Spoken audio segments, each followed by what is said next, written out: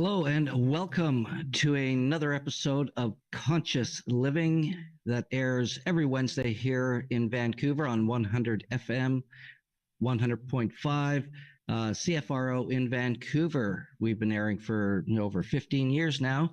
My name is Mark Caron, and I am happy to be here with a gentleman I can call my friend. And it was interesting. It was about a year ago that we met as we're leading up to this really auspicious time in the work that this gentleman does around the world in regards to creating really global peace, inner peace, and the peace movement. His name is Ben Bowler, and he is from Unity.Earth. And really a little bit about Ben.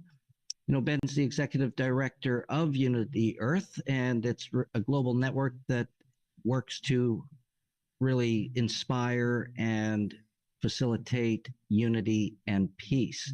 Every year at this time, they do an event, and this is where we first met as I was working to support them in their production for Unity.Earth. We kick off World Unity Week with 99 Days of Peace.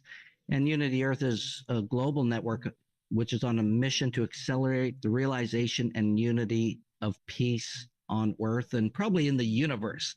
But that being said, I'm just going to come in and introduce my friend Ben Bowler. Ben, it's great to have you on the program again. It's been a year since we met, and we did a program back then to share with our community the work you're doing around the world with Unity.Earth, kicking off World Unity Week in literally a week from tomorrow. So, maybe you can tell us a little bit about yourself and what, inspired you getting into this, the work that you do, because you travel the world, you work with Ambassador of Peace all over the place. You were in Dubai a little while ago. You're just in Ibiza. You're going to Japan in in September. So maybe you can tell us a little bit about what got you doing this global work that you are so passionate about. Well, Mark, it's a tough gig, but someone's got to do it, right? But just look, what inspires me? You inspire me. I mean, since we met a year ago, things have really accelerated, and it's been that kind of a year. It's been an extraordinary year in so many different ways. But yeah, we're coming up to World Unity Week again, starting Saturday, the 15th of June. And that's something that emerged through the global lockdown. So in 2020, like so many things got going when the world stopped. Isn't that interesting? We all got into our Zoom rooms, and we were carrying a great deal of momentum from the global programs and projects, events that we've been doing. Probably starting in 2012 is when we really did our first major event. It was in Chiang Mai in Thailand. And of course, that had taken a couple of years of preparing, and had been in Thailand since 2007 doing various development works on the Thai-Burma border. 2009 launched Monk for a Month, which was a spiritual immersion program into Theravada Buddhism up in northern Thailand. Amazing program, incredible abbot of Wat Sibun Ruang Temple, who opened his doors to anybody who wanted to come in and experience the tradition in alignment with the Thai culture, where men are expected to join the temple at some point in their life, more than once. And, back in the day, it was women too, but they lost that bhikkhu lineage in Thailand, at least. And people are trying to restart it, which is a very good thing. We opened it up to men and women to come and do Monk for a Month up in Phang in Thailand, and put it on Facebook, Mark, and people came from all over the world. There was a real hunger for spirituality and for spiritual development. Of course, some people just really wanted to know more about Buddhism. Some people were at a crossroads in their life, but we just attracted people from all over the world. And one of the hallmarks of that program was its authenticity, deep, authentic, spiritual, cultural immersion. People would shave their eyebrows, their hair, take the robes as novice monks, walk the streets of the village, very rural village, in the morning to get their food in their bowls. Powerful experience. And I think at the heart of everything we've been involved in, ultimately, is the power of experience, firsthand experience. I mean, we can talk till we're blue in the face. We can write books, and they're important. They are important. People have to put into words, and knowledge that's experienced needs to be shared. But there ain't nothing quite like first-hand experience of that. And that's why we were inspired to then go on after Monk for a Month and create Muslim for a month in Turkey. And we looked at we looked at Morocco, we looked at Indonesia, we looked at different countries where to do this program, but we were led, and that's kind of the theme for this whole work is there's always someone shows up at the right time with the right conversation, makes the right connection, and the pathway unveils itself. So we were led to Turkey and a magnificent group of people that we were working with there, doing great work called the Fethullah Gulen movement or Hizmet. And we were on a program there in Turkey, 2010, 2011, called Muslim for a Month. We were in a Sufi lodge in Istanbul, eating with Turkish families, learning how to pray in the mosque. The high point was a spiritual pilgrimage to Rumi's mausoleum in Konya, the whirling dervishes. And Rumi has been an incredible patron for not just that program, but for Unity.Earth. We have a lot of patrons. Rumi is one of them. And that program was powerful because of agnostics and atheists and Jews and Christians and people of all different colors and stripes going and getting first-hand experience of Islam from the inside, rather than talking about it and giving your opinion about it or listening to second-hand news or third-hand news about it or someone else's experience and opinion about it. It was going taste and see for yourself. And that's really transformational. And the more we did these programs, Mark, the more we realized that underneath all of these great traditions in the world, the beating heart is there. The presence of God, the truth, the revelation exists in all of these different traditions. We then went on to create a program in Ethiopia called Rasta Roots, which was an experience into the spirituality of the Rastafarian liberty, its origins in Orthodox Ethiopian Christianity, its great figure of Haile Selassie, who gave land down in a place called Shashamani, and the Rastafarians came from all over, particularly from the Caribbean, to repatriate back to Africa as Rastafarians returning home. I mean, it's very prophetic and profound, and obviously Bob Marley and the music and the reggae and everything else that is included in that. So again, very diverse traditions. We then did one across India, a program called Mystic Express, which takes in the great traditions of Hinduism and its various forms, of Sikhism, of Sufism in Indian context, and Baha'i tradition, amazing spiritual traditions of India, which is such an explosion of spirituality, the whole history of that subcontinent. So all of these programs we were doing, Mark, and the more we did them, the more friends we made from different traditions, and the more we realized that underneath it all, you have a highly advanced, developed spiritual leaders, thinkers in all the different world traditions. And they have more in common with each other than they do with people of their own religion who may be more fundamental, more, my way or the highway, kind of protective of their space. So the more we do that, the more we realize just how much unity there is. And out of that emerged platforms like OneGod.com, which we launched at the Parliament of World's Religions in Salt Lake City in 2015, which was incredible. We had Pato Banton and Antoinette Reed's daughter and Renard Shai, reggae legends coming together.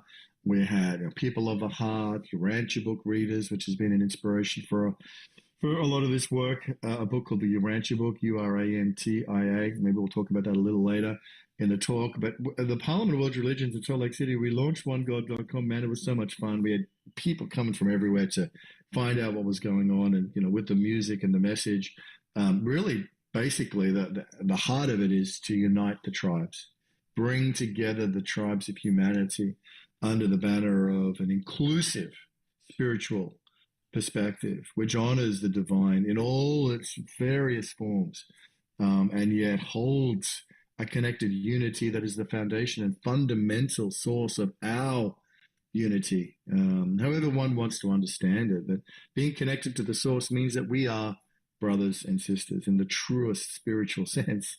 So that was the essence and spirituality of that. And when we got on, the ecological crisis was worsening.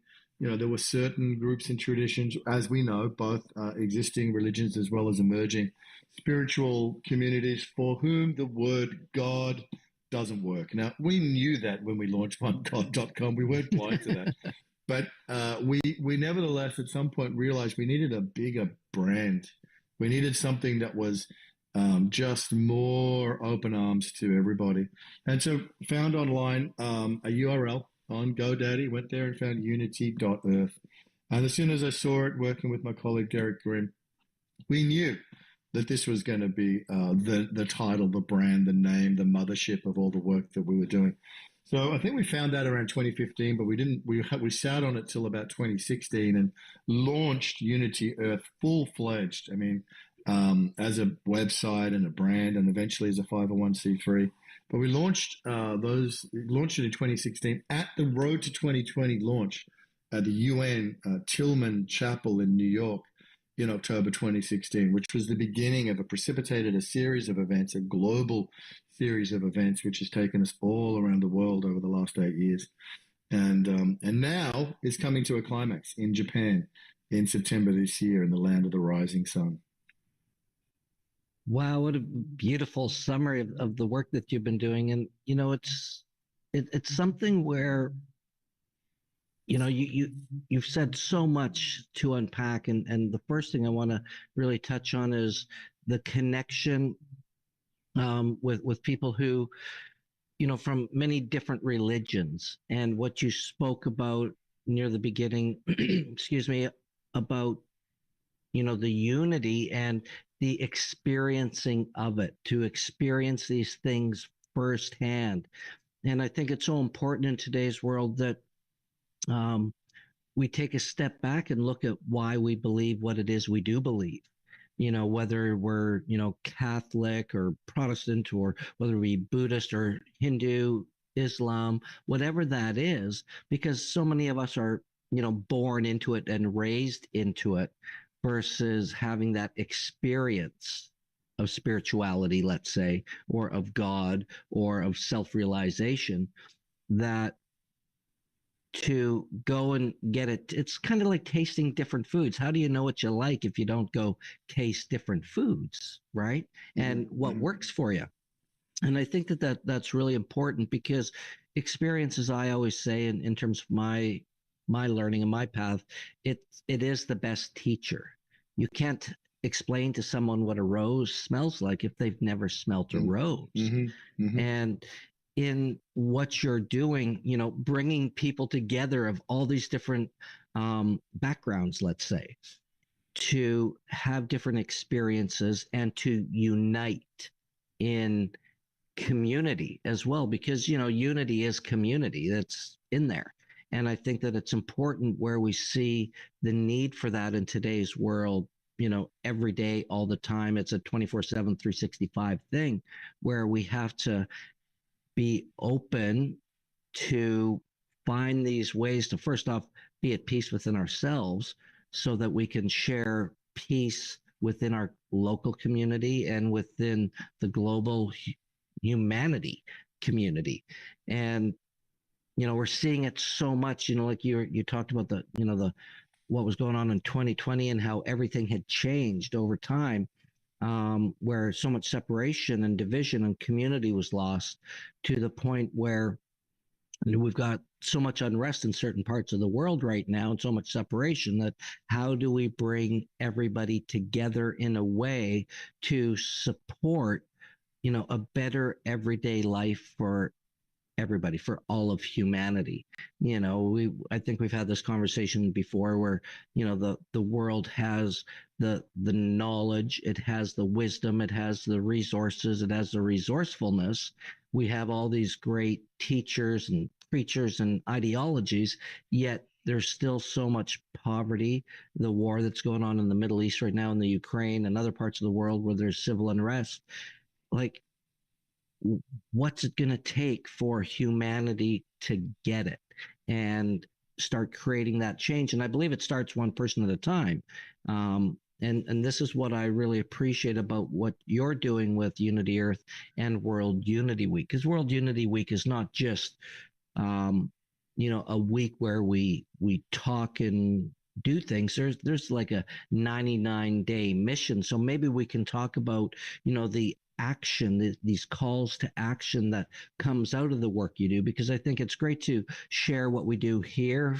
Conscious living, we have great guests and we talk about great things. And, we always look for what's the pathway, what's the call to action to take what we're speaking about and make a difference in the world.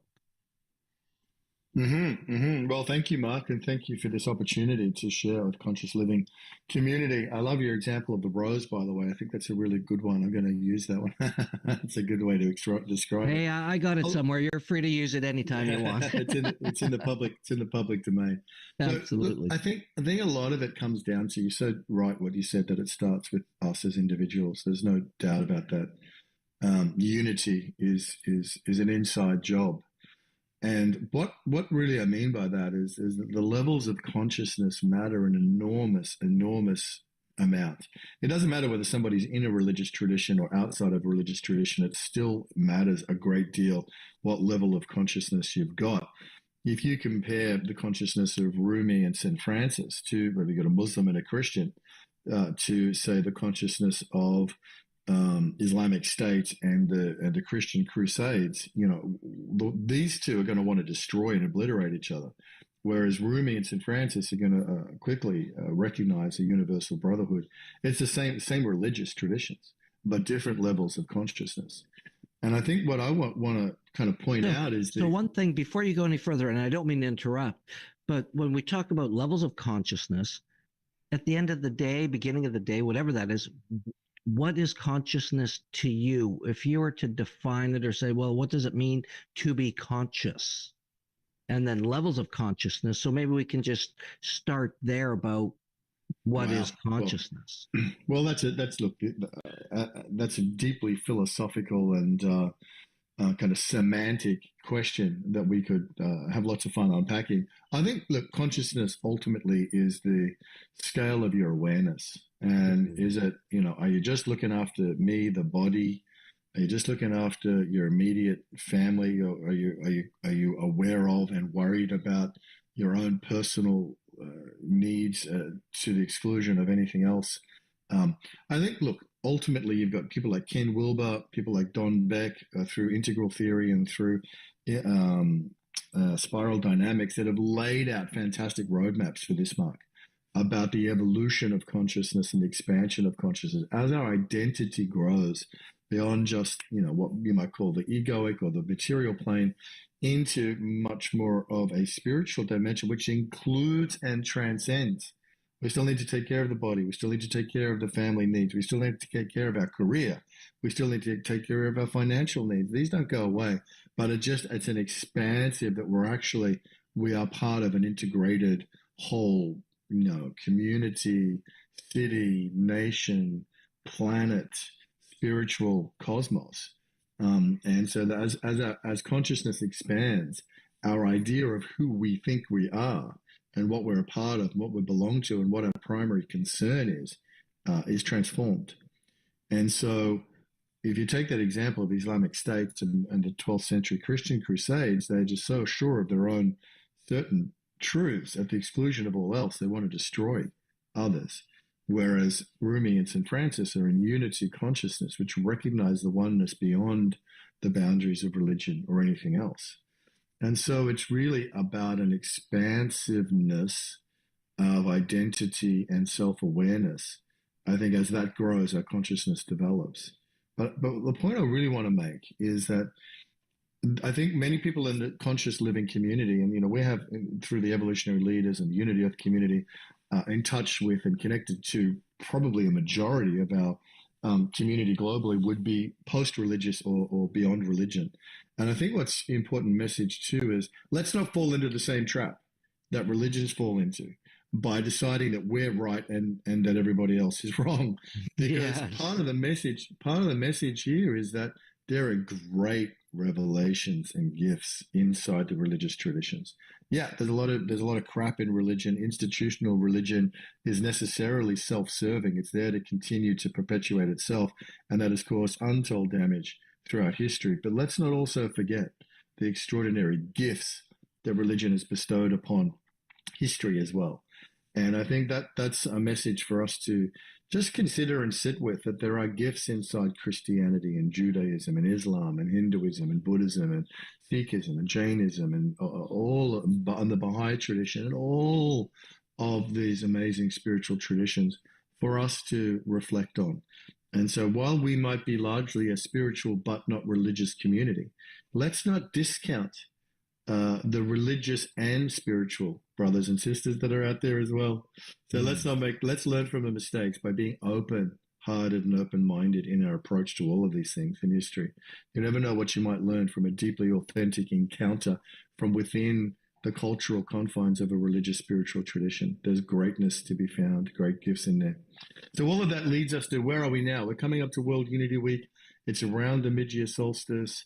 We have profound, deep respect for Indigenous spirituality, working with Indigenous people from Australia to the Americas to Asia, Africa, all over the world. And of course, the solstice is a very powerful time. It's that time of, it's the time when it is the longest night here in the Southern Hemisphere, and it is the longest day up in the Northern Hemisphere, where 90% of the planet lives. From a human point of view. So coming up to the solstice, there's a lot around World Unity Week, first convened in 2020, Mark, but it brings together all these different conversations and discussions and ideas and events and programs, initiatives into an interconnected whole. June 21 is World Yoga Day. June 20 is UN Refugee Day. June 21, even before it was World Yoga Day, it was World Peace and Prayer Day, initiated by Arva Lookinghorse in the 80s, Chief Arva Lookinghorse. Powerful constellation of amazing things comes together. The UN Charter was signed in 1945 on June 25th. So we celebrated the 75th anniversary in the first ever World Unity Week back in 2020. And people may or may not resonate with where the UN is today, but its intentions and its a moment of creation was a profoundly evolutionary step for the planet to set up a transnational body that would attempt to regulate and eliminate wars. We can critique it all we like, but nevertheless, it's still something that was a positive step forward for humanity. So all of these things are taking place inside a context of a sort of a 7 or 8 day period. So this year, it's 15th of June to the 22nd of June. It's World Unity Week. You can go to worldunityweek.org and find it. And there's a lot of incredible content coming in, evolutionary leaders and advanced spiritual thinkers and people who are really rethinking the design of the planet are there speaking and talking and sharing. And there's a lot of community engagement. And you've been a great advocate for this, Mark, and Hubcast. And Hubcast Media has been an incredible partner in World Unity Week these last few years. So that's coming up. But that launches the 99 Days of Peace Through Unity, which for us this year is very, very special because it builds up through June, July, August to September, and to the events that are coming around the International Day of Peace this year, around the equinox, where there is balance between the North and the South. On September 21, it is the International Day of Peace. It will be the 40th anniversary. That's an amazing length of time, 40 years. Many spiritual sort of resonances with that term, 40 years in the wilderness, 40-year journeys. So 40 years since the first celebration of the International Day of Peace, which took place in 1984 in the town center in San Francisco, organized by Pathways to Peace and our dear friend Avon Madison and her whole organization. It came together to celebrate the International Day of Peace. And so 40 years on, we're now coming together globally to celebrate it. We have pilgrimages around the world. There's a large group of us from Unity.Earth going to Japan, and people can still join us. If you look up Peace Week Japan 2024 or World Weavers Japan, you'll find it. And you can join us from Tokyo down to Mount Fuji and on to Hiroshima for the Global Peace Day broadcast with Indigenous leaders and musicians and activists and spiritual leaders coming together with the local Japanese amazing community, May Peace Prevail on Earth International, Goi Peace Foundation, Byako Shinko Kai, coming together to do this extraordinary pilgrimage, which for us, Mark, is the culmination of a 12-year journey, which began with the first U Day festival in Chiang Mai in northern Thailand. At the end of the Mayan calendar, 21-22 December, that was our U Day festival.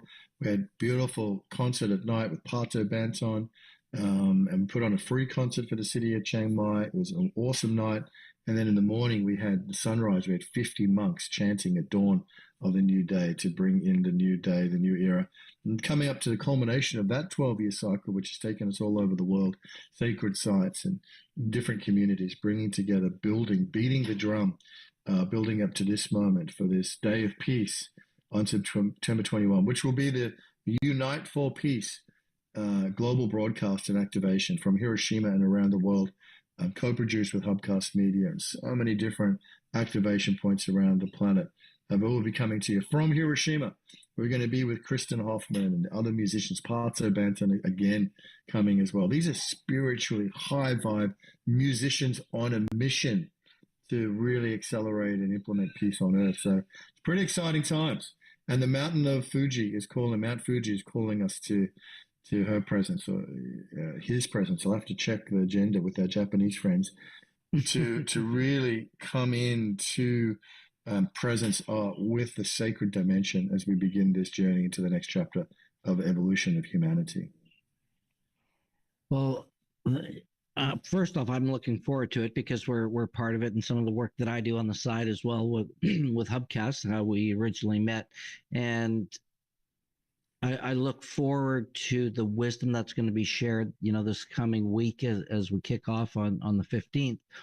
And I think it's also important, and I want to talk about, within the 99 days leading up to it, there's this call to action that you put out for people to kind of commit to a mission, something that they're going to do and take action during those 99 days. So maybe you can talk about that, because I believe that, it's one thing to talk about something. It's another thing to do what you say you're going to do. And it's another thing to do it intentionally in a way that, can get results that could be of service and can possibly, hopefully change the world, even if it's just one person at a time, because I believe these kind of changes happen as one person's like pollinating a flower, just one at a time. It just keeps moving and moving forward. So maybe you can talk about these, what the mission idea is in regards to these 99 days of peace. Absolutely, brother. That's it. We got to, the important thing is to find ways for people to connect. A lot of people are already doing amazing work, right?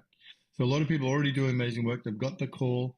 They've been about it. They've been putting it together. It's stunning and staggering when you put your antenna up and you see how a buzz is the field of souls who have committed to their life purpose. Sure, people might still be figuring it out.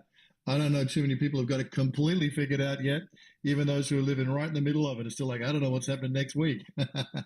Well, that's so funny you say that, because how many people, like I'm always amazed when you look at certain, what we would maybe deem or define as successful people, where they found their mission, they knew exactly what they were doing at a young age, and yet there's many others who, it becomes like a lifelong search kind of a thing where, as we get older and we start realizing what we like, what we don't like, how that happens. And I think it's important to understand and realize that, part of life is, it's a journey versus a destination. Right. Well, you bet. That's absolutely right, Mark. And, that's people who are doing the good work. Part of the intention here is to connect the community. And I got to acknowledge John Raymer, who's done an amazing job of building out platforms like One World, which you can find at oneworld.earth. And that's a mighty network where anybody can come and join. You can share your mission. You can declare your mission. You can find other like-minded co-creators. It's an incredibly empowered space. There's a few thousand people in there buzzing now in oneworld.earth. You can look it up and find it and find us. So, that's a place through the 99 days where you can declare your mission. And we're inviting everybody to say, let's declare a 99-day mission or 90-day mission, whatever suits you, during that period of time to get something done. Now, for some people, that might be, I want to do this event. I want to do this. For us, it's the broadcast on September 21. For other people, they want to finish their book. For other people, they want to land this event. So whatever your mission is, some people are going vegan for 99 days. There's no limits to what you want to do during this period. It's totally open.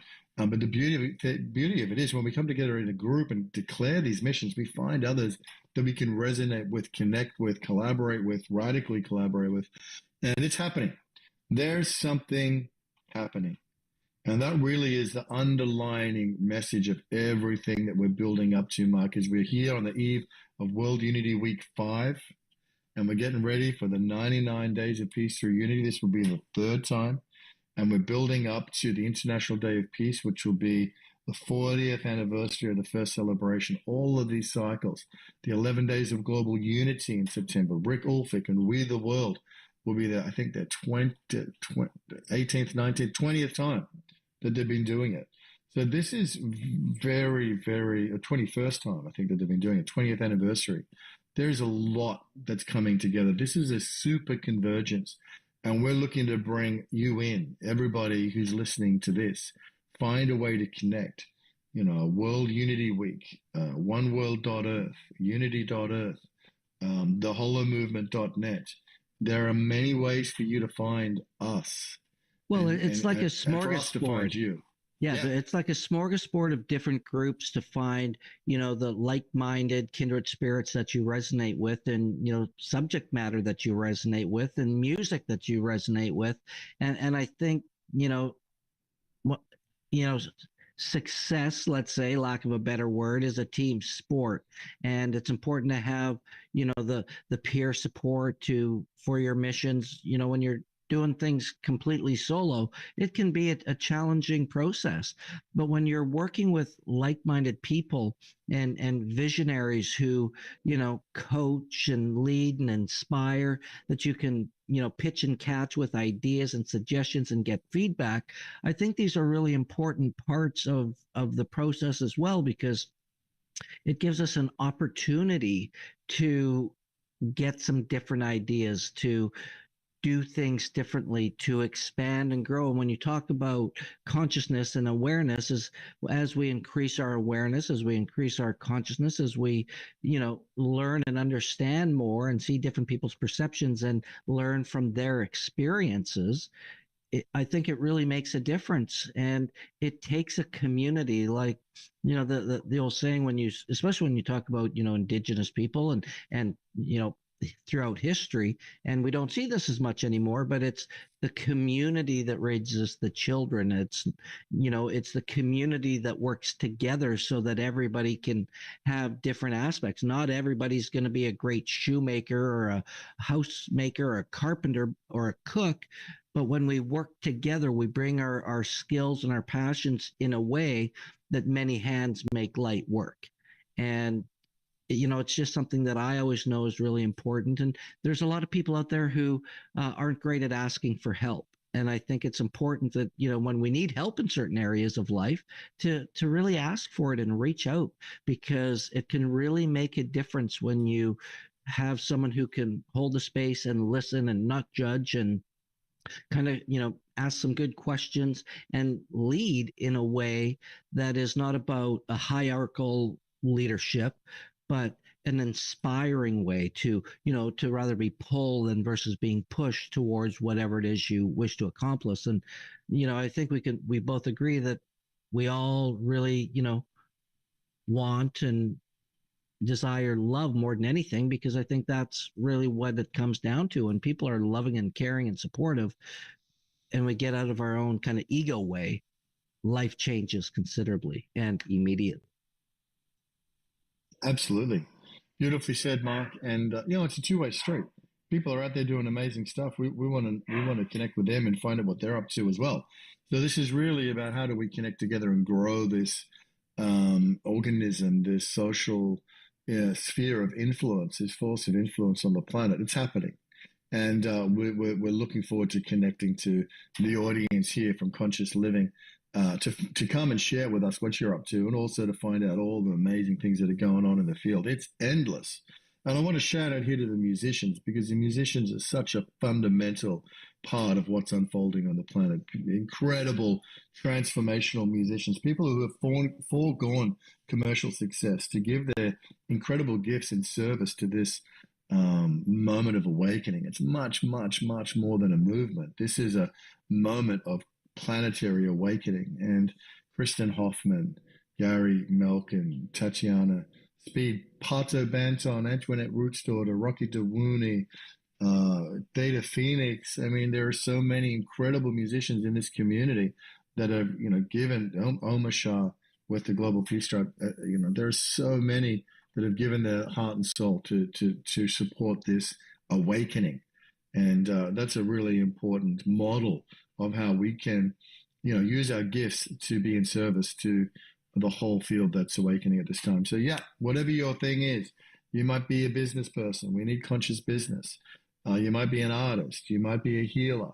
These are the roles of the new earth culture. And we're looking for people to come together and find ways to connect and reconnect and be in a supportive environment. It's hard when you're on your own, like Mark just said.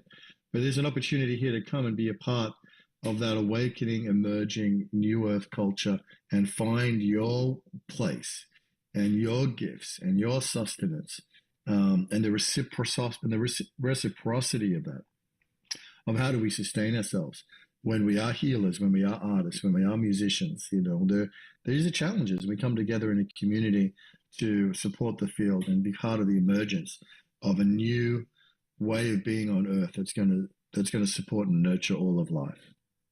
Yeah, absolutely. And you got me thinking of the good old mycelial network that connects all things, all nature, really all human beings in that sense. And I saw that, and it's kind of one of those things where, I think of that concept, and belief of, 6 degrees of separation, that we're 6 handshakes away from knowing everybody, on the planet in that sense. And, I kind of saw that when I started working with you the other day, or sorry, last year, when, I'm coming in and people are coming into the broadcast, and I'm working with them, and I'm meeting some of these great, authors and leaders such as Jude Caravan and Neil Donald Walsh are the top two that come to mind, who are actually on our program as well before.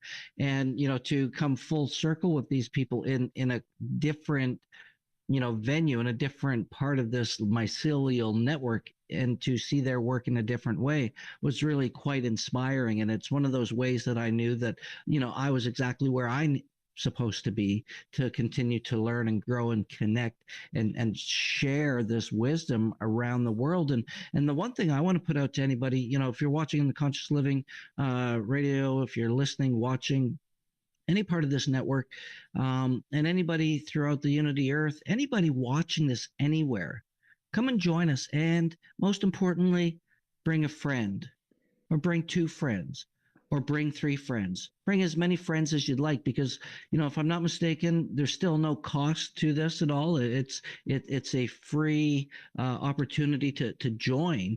And I think it's important that when we're inspired and we're moved and we're touched to make a difference, that we kind of create a positive contagion, so that, other people get inspired and realize, oh my God, I'm not alone.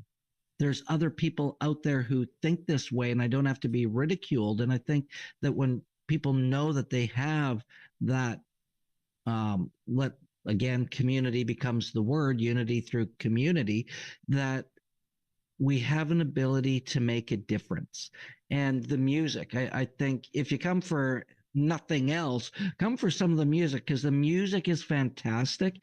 And I also believe, and we were talking about this with Theta Phoenix last week in our program, music is kind of a, call it the gateway drug into opening and transformation, because it it's what brings people together. When people are listening to music, when people are dancing, when people are moving. And this is something that I learned in the personal development world, was this whole concept of matching and mirroring, ironically enough, is when we do the same things as others. We use the same body language, we're listening to the same music, we're dancing, we're sharing energy in a different way.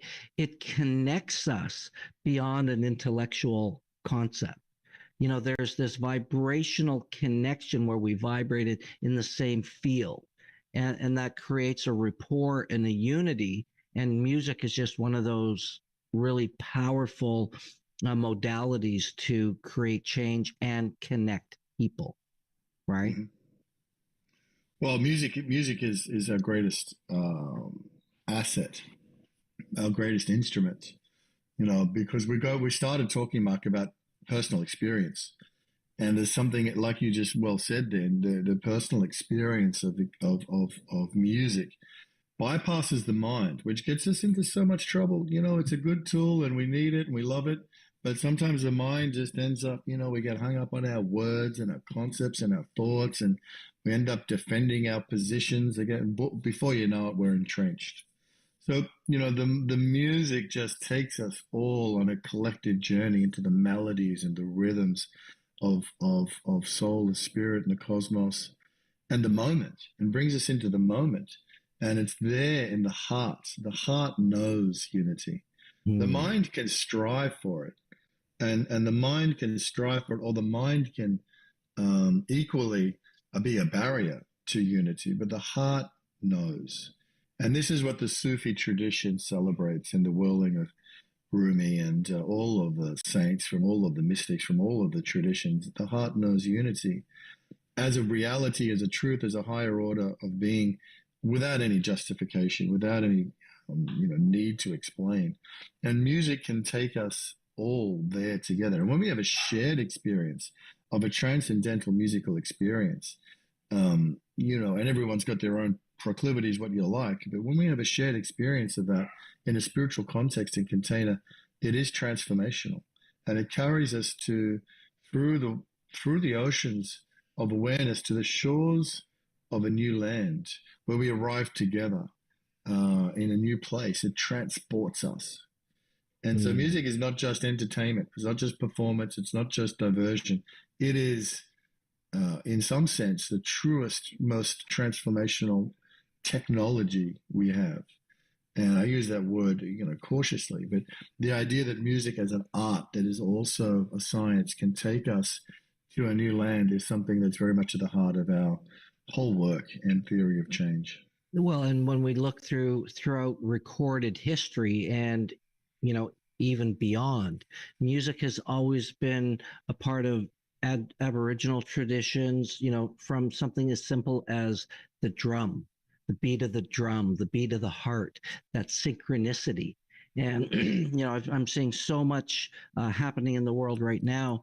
And our friend Michael Krause is doing a great event as well for drumming for peace and things of that nature, but it's to really connect with music in that way, and something as simple as a drum. If you've never been part of a drum circle, I recommend, get out of your head into your heart and start beating that drum.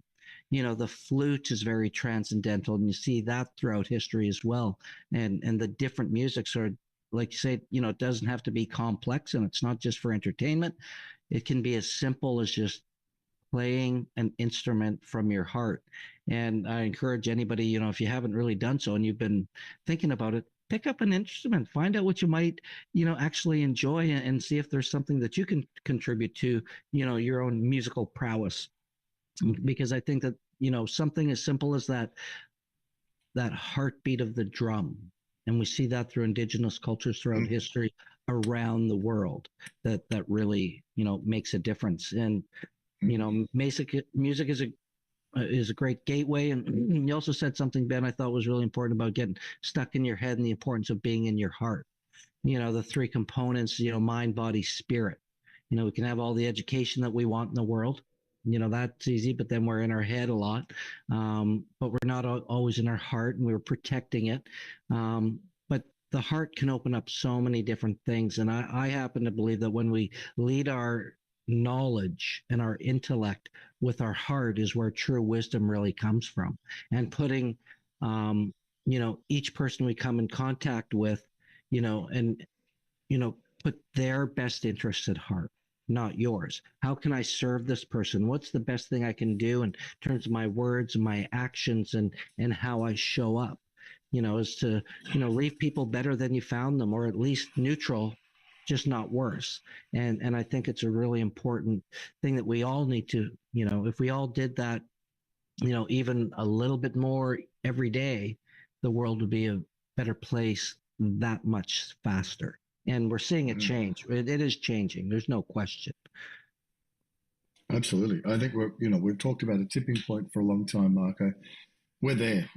Some people say we're past the tipping point, and it certainly feels like that. There's a runaway momentum now. The emergence of the holo movement, all the beautiful things that are unfolding at the the wave of the evolutionary wave of humanity, the incredible work that's been done in the healing arts and sciences. People Mm. like Joe Dispenza and Lynn McTaggart, and right on the edge of our understanding of the relationship between consciousness, healing the body, um, prayer, the power of prayer and intention, the power of our will at a spiritual level. It's so extraordinary that we are, given the keys to create the earth that we want to be and live in, and that for future generations we want this planet to be and live in. It's not like this. We don't want there to be wars and antagonisms and constant battles and fighting and blue versus red, tearing each other apart, tearing each other down.